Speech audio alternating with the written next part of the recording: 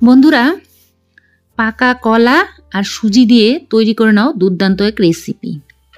বন্ধুরা, অনেক সময় আমাদের এমন হয় ঘরে অনেকগুলো কলা চলে আসে আর কলা সবগুলো একবারে পেকে যায়। তখন আমরা কি করি, এই কলাগুলো কেউ খেতে চায় না, তখন আমরা এগুলো ফেলেই দিই। তো ফেলে না দিয়ে এই পাকা কলা দিয়ে দুর্দান্ত এক রেসিপি তৈরি করে নাও। বন্ধুরা, এটা হচ্ছে কলার মালপোয়া। কলার মালপোয়া তৈরি করে নাও এই পাকা কলা দিয়ে, খুব সুন্দর হবে এই রেসিপিটা। তো দেখো, খেতে কিন্তু দুর্দান্ত লাগবে। তো চলো কিভাবে তৈরি করব। পাকা কলা ভালো করে খোসা ছাড়িয়ে নিতে হবে। এই রেসিপিটা কিন্তু পাকা কলা দিয়েই ভালো হয়। তো কলা কিন্তু আমাদের প্রত্যেকের বাড়িতে কম বেশি এসেই থাকে, কিন্তু কখনো ভুলবশত যদি বেশি কলা এসে যায়, তখন এই কলা নিয়ে মুশকিলে হয়ে যায় সববারই। কেননা কলা তো ঘরে থাকে না, ফ্রিজেও থাকে না। তো এই কলা আমরা কি করি, ফেলেই দিই। তো এগুলো ফেলে না দিয়ে এই পাকা কলা দিয়ে এই রেসিপি তৈরি করে নিতে পারো। একটা মিক্সার জার নিয়ে নিয়েছি, আর এই মিক্সার জারের মধ্যে এই কলাগুলোকে দিয়ে দিলাম। এবার এর মধ্যে দিয়ে দেব চিনি। এখানে আমি হাফ কাপ পরিমাণের চিনি দিয়ে দিলাম। কলাটা যেহেতু খুবই মিষ্টি, সেক্ষেত্রে চিনি হাফ কাপ দিয়েছি। তো কলা আর চিনিটাকে ভালো করে পেস্ট করে নিয়ে আসলাম। খুব সুন্দর মসৃণ একটা পেস্ট তৈরি হয়ে গেছে। এবার এটা একটা মিক্সিং বোলের মধ্যে ঢেলে নিচ্ছি।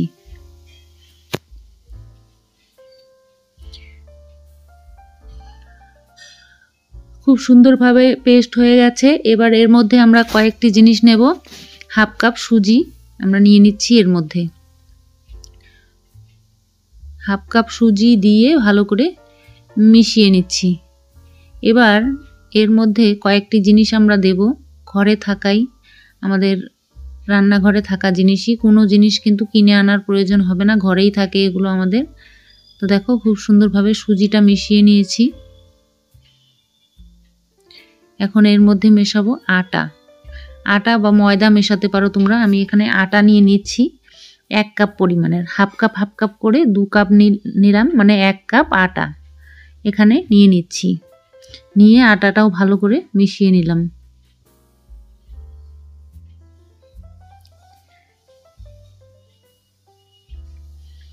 খুব ঘন হয়ে গেছে। এখন এটা আমাদেরকে দুধ দিয়ে গোলাতে হবে। এখানে আমরা 1 কাপ দুধ নিয়ে নিয়েছি, অল্প অল্প করে দিয়ে ভালো করে মিক্স করে নেব। কলার মালপোয়ার মধ্যে তোমরা জল দিয়েও গোলাতে পারো, তবে দুধ আর জল যেহেতু আলাদা, সেক্ষেত্রে দুধ দিয়ে করলে টেস্টটা কিন্তু অনেক গুণে বেড়ে যাবে। তো দেখো, দুধটা অল্প অল্প করে দিয়ে ভালো করে মিশিয়ে নিচ্ছি। একটা হ্যান্ড উইক্স দিয়ে ভালো করে মিশিয়ে নিচ্ছি। তোমরা এটা চাইলে হাত দিয়েও করতে পারো, হাত দিয়েও খুব সুন্দরভাবে মেশাতে পারবে। অল্প অল্প করে দুধ দিয়ে ভালো করে মেশাতে হবে, কেননা এটার ঘনত্বটা কিন্তু বেশি পাতলাও করা যাবে না, আবার বেশি ঘনও করা যাবে না। সেই জন্য একটু একটু করে দুধ দিয়ে, আমি 1 কাপ দুধ এখানে ব্যবহার করেছি, ভালো করে মিশিয়ে নিচ্ছি। মেশানোটা কিন্তু খুব সুন্দর করে করতে হবে। তোমরা চাইলে এখানে হাত দিয়ে মেশাতে পারো। এর মধ্যে দিয়ে দেব 1 টেবিল চামচ মৌরি।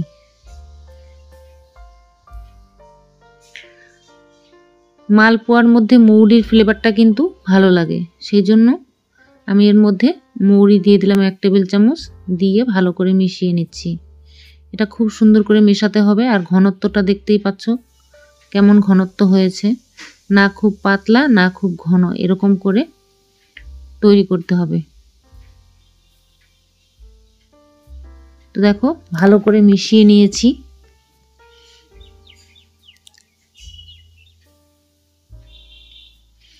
এখন ঢাকা দিয়ে আধ ঘন্টা রেখে দেব রেস্টে। আধ ঘন্টা রেখে দিলে সুজিটাও ফুলে যাবে আর এটার ঘনত্বটাও ঠিকঠাক হয়ে যাবে। আধ ঘন্টা পর ফিরে আসলাম। আধ ঘন্টা পর ঢাকনাটা খুলে এবার নেড়ে নিচ্ছি। একটা হাতা দিয়ে তোমাদেরকে দেখাচ্ছি এর ঘনত্বটা। ঠিক পাতলাও না ঘনও না, ঠিক এরকম ঘনত্বের একটা ব্যাটার আমরা তৈরি করে নিয়েছি। এবার একটা কড়াই বসিয়ে দিলাম। কড়াইতে দিয়ে দেব রিফাইন্ড অয়েল। বেশ খানিকটা পরিমাণের তেলই দিতে হবে, কেননা এটা ডুবো তেলে ভাজতে হবে মালপোয়াটা। হাতা দিয়ে এক হাতা করে দেব আর ভেজে নেব। এটা কিন্তু তেলটা ভালো করে গরম করে নিয়েছি।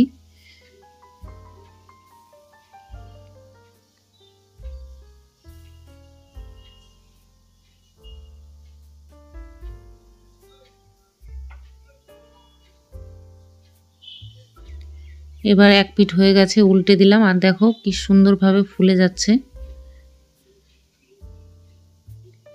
এরকম ফুলো ফুলো করে ভেজে নিতে হবে মালপোয়াগুলো।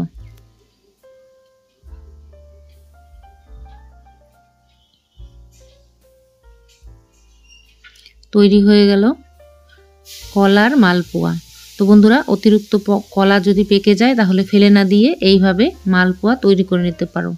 আজকের এই রেসিপিটা কেমন লাগলো অবশ্যই কমেন্ট করে জানিও। ভিডিওটা কে কোথা থেকে দেখছো সেটাও কমেন্ট করে জানিও। ভালো লাগলে একটা লাইক করে দিও। চ্যানেলটা সাবস্ক্রাইব করা না থাকলে অবশ্যই চ্যানেলটাকেও সাবস্ক্রাইব করে রেখো। আজকের জন্য শেষ করব। সবাই ভালো থেকো। নমস্কার।